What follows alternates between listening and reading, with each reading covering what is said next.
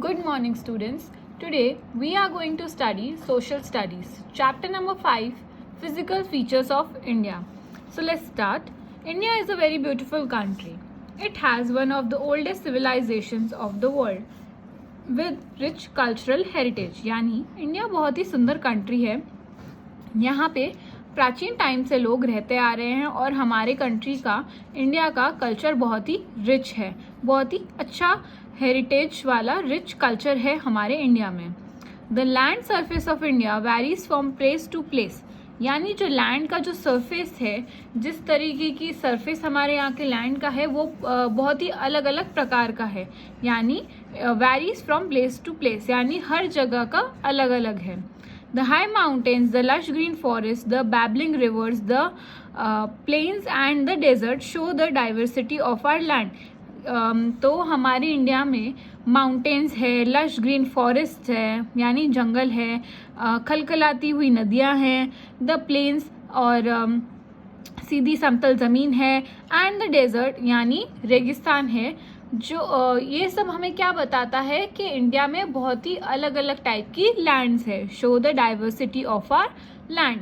India is divided into 6 natural region. India को 6 अलग अलग भागों में डिवाइड किया गया है on the basis of natural regions.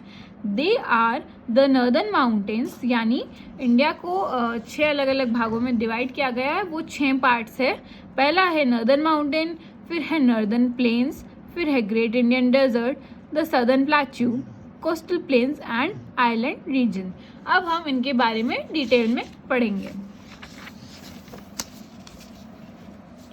सबसे पहले आता है द नॉर्दर्न माउंटेन्स. माउंटेन यानी पहाड़.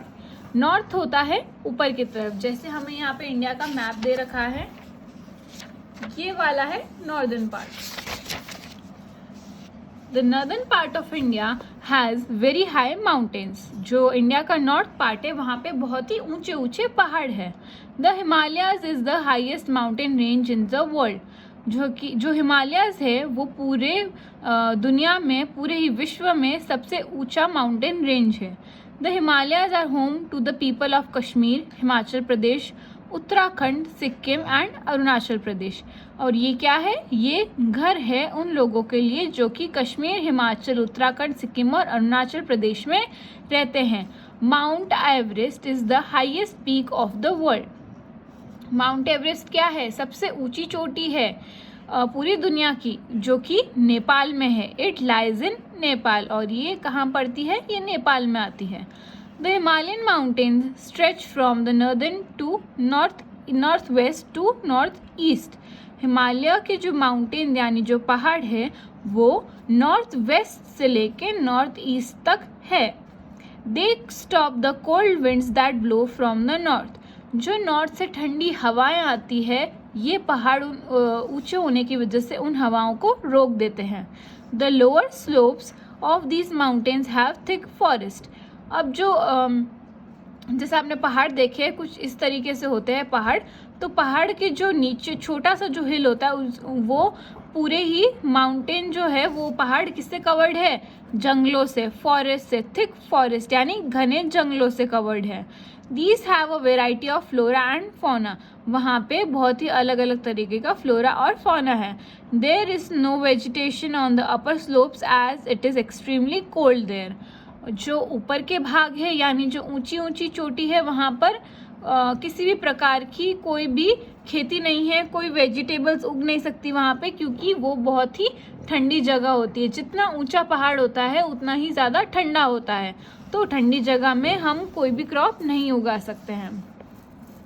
फिर आता है the northern plains. The northern plains lie to the south of the Himalayas. और जो नॉर्दर्न प्लेन्स है वो कहाँ आते हैं? साउथ में, हिमालयस के साउथ में.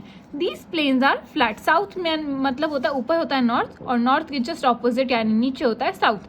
तो हिमालयस के नीचे की तरफ है northern plains. These plains are flat lands watered by Himalayan rivers. अब ये प्लेन्स क्या है? ये समतल यानी सीधी जमीन है जो कि जिन्हें पानी मिलता है हिमालय से बहने वाली नदियों से. The soil is very fertile and produces most of the Indian food grains. अब ये जो ज़मीन है बहुत ही ज़्यादा फर्टाइल है, यहाँ पे बहुत सारी फल और सब्जियाँ उगाई जा सकती हैं. तो यहाँ पे इंडिया में आने वाला सबसे ज़्यादा अनाज इधर से ही आता है, यहाँ पे काफ़ी अनाज उगाया जाता है। Therefore this region is thickly populated, यानी ये रीजन क्योंकि यहाँ पे अनाज उगाया जा सकता है या एग्रीकल्चरल एक्टिविटीज़ हो सकती है, इसलिए इस रीजन में बहुत से लोग रहते हैं, बहुत ज़्यादा पॉपुलेटेड है। Cities like Allahabad, Varanasi, Kolkata are situated on the banks of Himalayan rivers. ये जो भी शहर है ये हिमालय से आने वाली नदियों के पास में है। The climate of the northern planes is known for its hot summers and cold winters. यहाँ पे कैसा मौसम होता है, यहाँ पे गर्मियाँ होती है जो कि काफ़ी गर्म होती है और ठंडी सर्दियाँ होती है काफ़ी। ओके, नेक्स्ट है the great Indian desert. The great Indian desert और the Thar desert lies in the north west part of the India. North west part India के नॉर्थ वेस्ट यानी ऊपर नॉर्थ, यहाँ पे वेस्ट, तो यहाँ के बीच में इधर यहाँ पे पड़ता है। It is the largest desert in India and covers a large part of Rajasthan. ये इंडिया का सबसे बड़ा डेजर्ट है और ये राजस्थान का बहुत बड़ा पार्ट कवर करता है। This area is hot and dry with very little rainfall. इस एरिया में बहुत ही कम बारिश होती है और ये बहुत ही सूखा रहता है। हम लोग राजस्थान में रहते हैं तो हमें थोड़ा आइडिया है ही कि कैसा मौसम रहता है यहाँ पे। हार्डली एनी क्रॉप्स और trees are found in the Thar desert. यहाँ पे क्रॉप उगाना बहुत ही मुश्किल होता है क्योंकि पानी की कमी होती है। The summers are very hot and in winters the nights are bitterly cold. यानी जो गर्मियाँ होती है वो बहुत ही ज़्यादा गर्म होती है और जो सर्दियाँ होती है वो भी बहुत ज़्यादा ठंडी होती है। This region has a thin population because of the difficult living conditions. अब जो डेजर्ट है यानी थार डेजर्ट के आसपास या थार डेजर्ट में जो लोग रहते हैं वो बहुत ही कम जने वहाँ पे रहते हैं क्योंकि वहाँ पे रहना आसान नहीं है, वहाँ पे मुश्किल होती है, पानी की कमी है और ज़मीन भी उपजाऊ नहीं है, तो वहाँ एग्रीकल्चर भी नहीं हो सकता, इसलिए वहाँ पे लोग थोड़ा कम रहते हैं। ओके, नेक्स्ट है द सदर्न प्लेट्यू।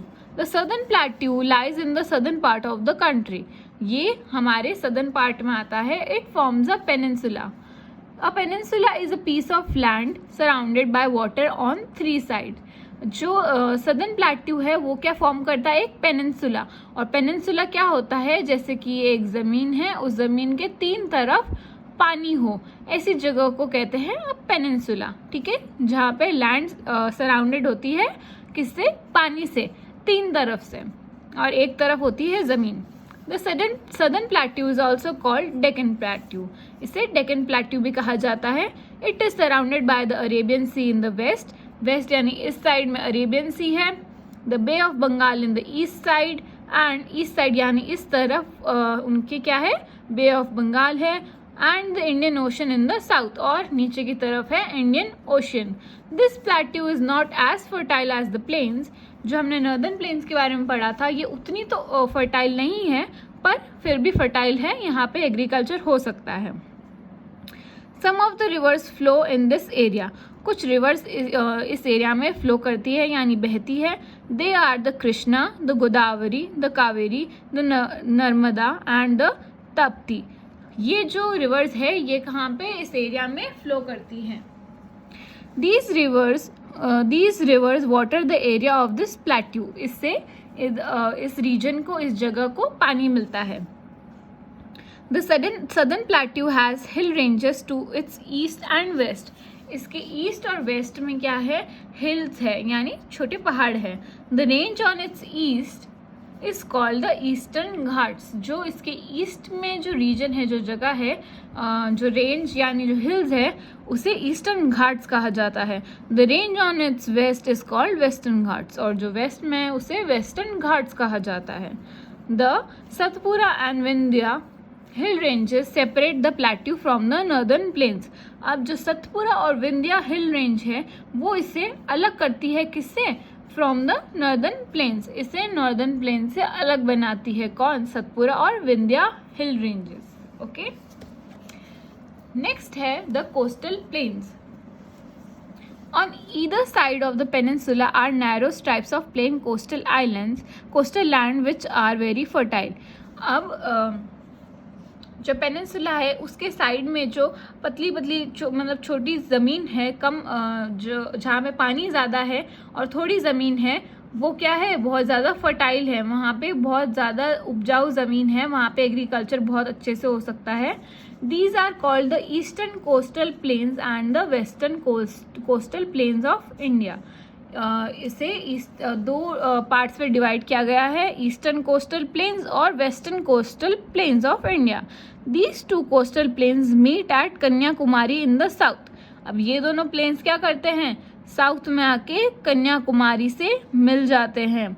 कन्याकुमारी हमारे देश का, इंडिया का सबसे लास्ट पॉइंट है, तो वहाँ पे आके ये दोनों मिल जाती है, ईस्ट वाली यहाँ से और वेस्ट वाली यहाँ से।